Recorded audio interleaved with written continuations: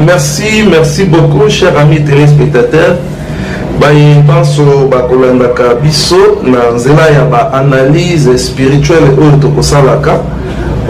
tokutani na bino lisusu na sujet mosusu ya sika na analyse spirituelle na biso oyo tobongiseli bino mokoma lelo. Je crois très bien que la fois passée tosalaki émission oyo ezalaki sur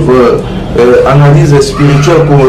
komeka un peu comme ma correction na information moko ndenge ndeko na biso Jomak apibliaki yango mikolo milekaki. Je crois bien bino nyonso bolandaki émission wana boyebi très bien ete mikolo milekaki tosalaki tout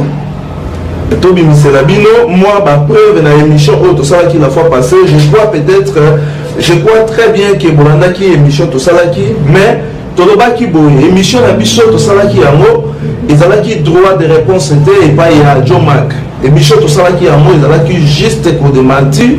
peut qu'on mema ba vraie information par rapport ya oyo ndeko na biso aza kosala na internet. Je crois peut-être bien yoso boyebi yango tokoki ko marcher ba moté to sepelaka na ngote to bo sepelaka na ngote mais tozwaki moi temps ya kosala ba recherche na émission tosalaki la fois passée nde tomemelaki bino moi ba éclaircissement wana mais mingi balandaki information wana mingi balandaki émission wana. Je crois peut-être mingi pe babetaki libako mingi pe basali ba droit de réponse pour na contredire information oyo biso tosalaki toyebi ke ezalaka mingi ndenge wana. Il faut démentir peut-être eloko moko boye surtout ceux qui ozali intéressés na sujet wana to na likambo wana bandeko na biso balekaki mpona kosala ba émission kodémentir information oyo biso tosalaki mais tolobaki yango oyo nyonso ekobetisa ye libaku na kati ya émission oyo tosali yalimbisa biso mais tomemaki juste fui ya barecherche oyo biso tosalaki baoyo etungisaki bango tolobaki balimbisa biso et je crois peut-être déjà balimbisaki biso mais toyeba yango eza na basite na kati ya internet oyo eza kosala mosala na yango ya déstabilisation ya honneur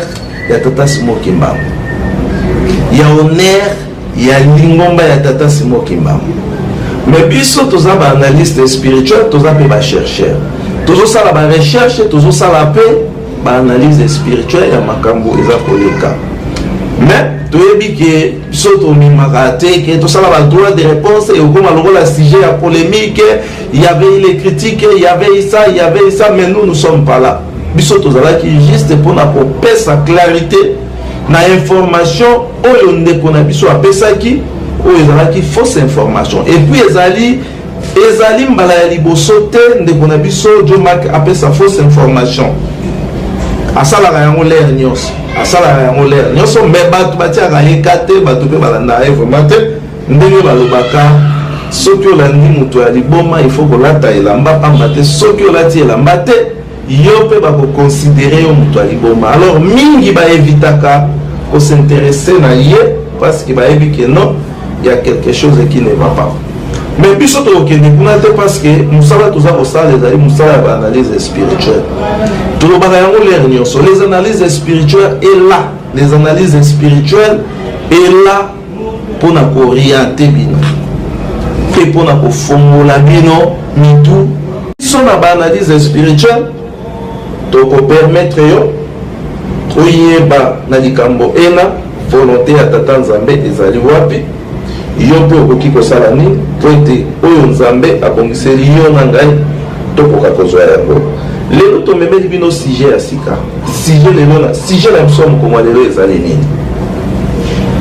Sujet na biso mokoma lelo ezali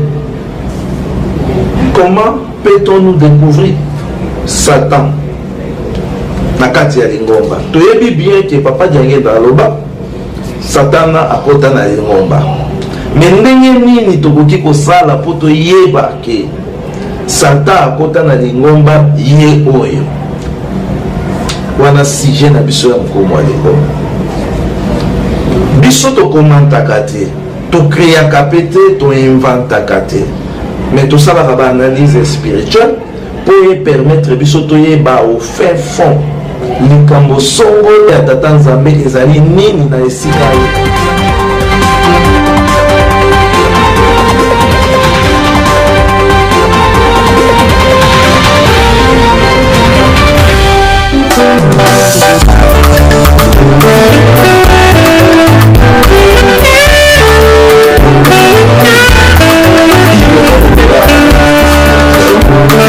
Concentré dans ma gamme la réflexion c'est comme ça la session des analyses spirituelles et que ça met mission dans la recherche et il y a un qui va vous permettre mission comme ma réflexion là nous sommes toujours sur l'indépendance spirituelle nous il y a un dans ma mboka nyonso mazali ini poto za libre spirituel mingi oyo église qui m'a mis là comme